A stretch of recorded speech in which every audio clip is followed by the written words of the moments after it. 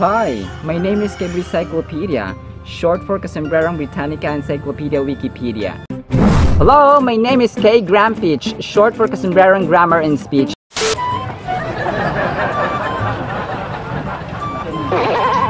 Toto's gone? Our vocabulary term is cacophony. Cacophony. Ay naku, oo nga Mr. Dictionary. Ano kaya nakakaabot yung si Toto na yan? Ang cacophony mga sombreros ay noun. Ito po yung tawag sa pinaghalo-halong mga unpleasant sounds. No? Ayaw nating marinig yung ganito. No? Hindi siya pleasing sa ating pandinig. Hindi siya pleasant. Nakakarindi at nakakairita. Ang mga possible synonyms natin dito ay din, dissonance, noise, etc. At pag ginamit naman sentence ay Libra Mr. Dictionary. The herd of goats of Elizabeth is forming echelon and sounding like a cacophony of bleats, chomping and scuffling of hooves. Cacophony. Echelon, echelon. The middle CH is pronounced as sh, sh, as in rapprochement, rapprochement. Echelon, echelon. Yada yada. Elizabeth, Elizabeth. Do you know Elizabeth Blackwell? Si Elizabeth Blackwell mga sombreros ay ang pinakaunang babae sa Amerika na maka-earn ng medical degree. Ang goal po niya ay maging surgeon pero hindi yun natuloy dahil nagkaroon siya ng infection sa kanyang left eye or kaliwang mata mga sombreros. Si Elizabeth Blackwell mga sombreros ay nagkaroon ng problema sa kanyang left eye. Nabasahin po natin tungkol sa mata, Matthew 5:29. If your right eye causes you to sin, pluck it out and cast it from you.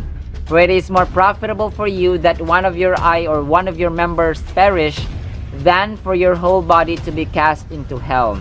Hindi po ito literal na talagang tatanggalin mo yung mata mo kundi magsisi ka sa kasalanan. Kung yung mata natin nagkakasala, ay dapat na parang magbago tayo at huwag na magkasala mga sombreros. Matthew 6:22-23, the lamp of the body is the eye. If therefore your eye is good, your whole body will be full of light. But if your eye is bad, your whole body will be full of darkness. If therefore the light that is in you is darkness, how great is that darkness? No, mga sombreros, nakita natin yung mata natin pag nagkakasala ay magbago na tayo no kapag kung nanonood tayo mga panood diyan no. Kung mahilig tayo sa mga ganon ay magbago na po tayo kaysa sa dukitin o dukutin mo pa yan no. So sabi dito sa pangalawa, yung ilaw ng ating katawan ay ang ating mata no. Kapag masama or maganda ang ating mata ay nakadepende na po yun sa atin. Pero dapat ay nasa tama or puno ng ilaw, puno ng kaganda, puno ng glowing yung ating mga mata dapat or nasa tama ang ating mga pinapanood at ang ating desire na mapanood mga sombreros. So, let's read Love and Obey what's in the Holy Bible.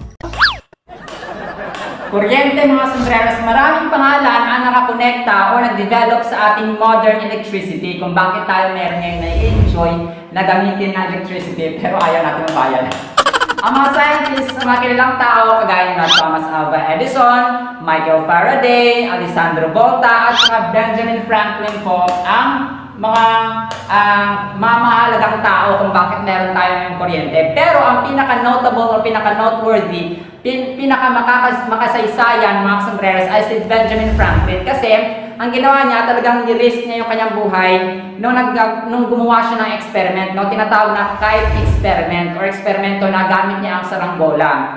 That was 1752, no? Napakalakas ng bagyo, may mga kidlat kasi gusto niyang patunayan na ang kidlat mga sombreros ay pwedeng pagmumula ng electric charge. Kaya ang ginawa niya ay kahit na sobrang lakas ng bagyo, may mga kidlat, no? That was his purpose actually. Lumabas siya sa bahay niya and then ang ginawa niya, nagpalipad siya ng saranggola at saka nagsabit siya ng susi sa dulo po ng saranggola or PC ng saranggola mga sombreros. So, yun po, no? Naging successful siya pero kanya-kanya man sila merong tawag dito specific inventions kagaya ni Thomas Alva Edison, na-invento niyang electric bulb or fluorescent bulb or light bulb. Si Alessandro Volta naman yung electric battery o electric pressure na voltage or voltahe. Si Michael Faraday naman, yung electric motor, no, yung generator na kapag nagba-brown out, ay pwede pa rin makapag-generate ng ilaw, no, kasi nga may generator. And then si Benjamin Franklin, so yung kite experiment na nirisk niya ang kanyang buhay mga sombreros for the purpose of seeking or proving na ang lightning or ang kidlat ay pwedeng pagmumula ng electric charge. Nakakamatay nga lang, so pirin po, no?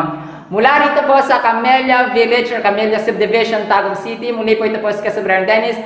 Ito po ang inyong hamak na lingkod, Kasombrerong Dennis, at sa paghatid ng kaalaman at tawa ay kasama ko sina Cable Cyclopedia o Kasombrerong Britannica Encyclopedia Wikipedia, si Mr. Dictionary, si K. Grampich or Kasombrerong Grammar in Speech, at sa tawa, syempre, si Toto, ang pinakakwela sa lahat na nagsasabing, sabayan nyo kami, ang buhay ay masaya,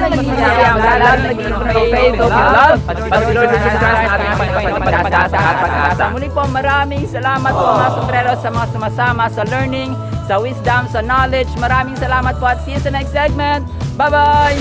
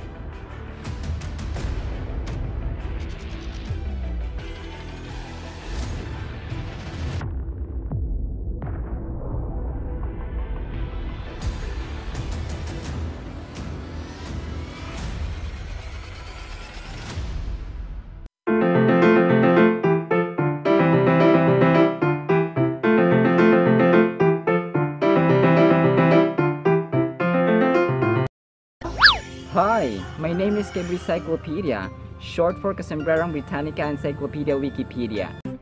Hello, my name is K. Grampich, short for Kasombrerong Grammar and Speech.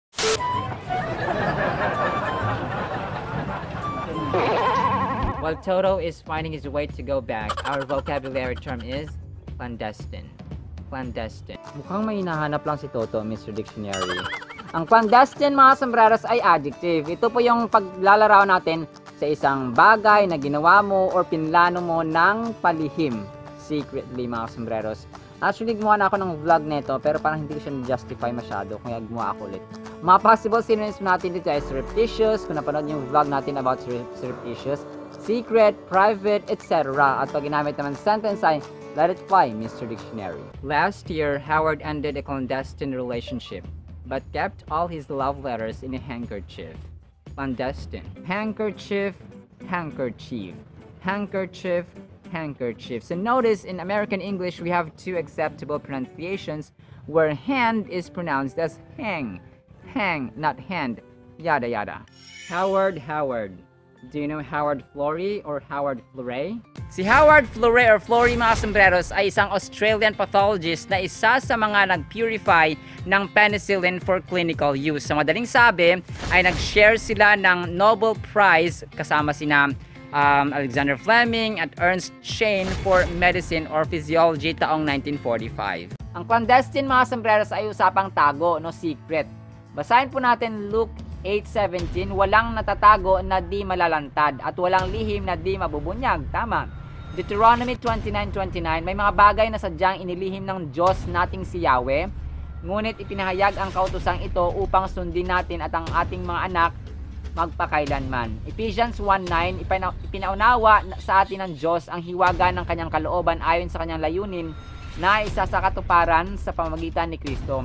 Maraming angles ang sikreto, mga sombreros, or secret sa Biblia, no? Yung mga secrets, mga ginawa natin ng palihim, no? Hindi po yan hindi mailalantad, no?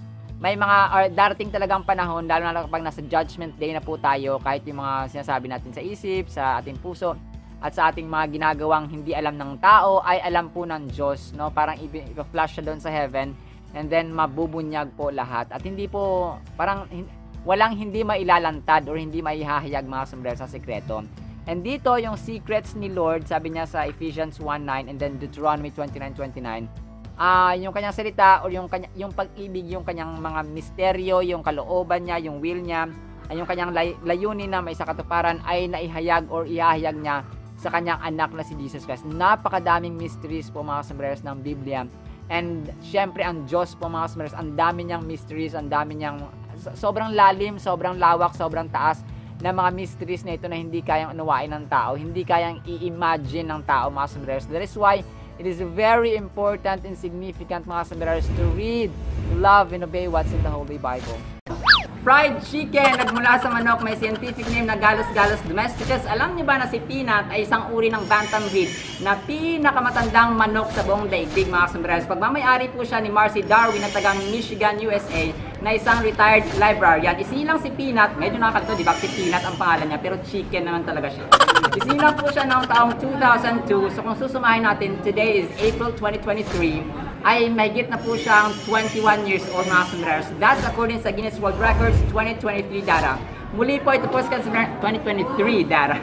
Muli po ito po sa Kasombrerong Dennis. Ito po ang inyong hamak na lingkod, Kasombrerong Dennis, at sa paghatid ng kaalaman at tawa ay kasama ko sina Cable Cyclopedia o Kasombrerong Britannica Encyclopedia Wikipedia, si Mr. Dictionary, si K. Graham Peach or Kasombrerong Grammar in Speech, at sa tawa, syempre, si Toto, ang pinakakwela sa lahat na nagsasabing, sabayan nyo kami, ang buhay ay masarap na nagsisiyang, masarap na nagsisiyang faith, love, at pagsulod sa pag-asa. Muli po, maraming salamat po mga sombrero sa mga sumasama sa learning, sa wisdom, sa knowledge. Maraming salamat po at see you sa next segment. Bye-bye!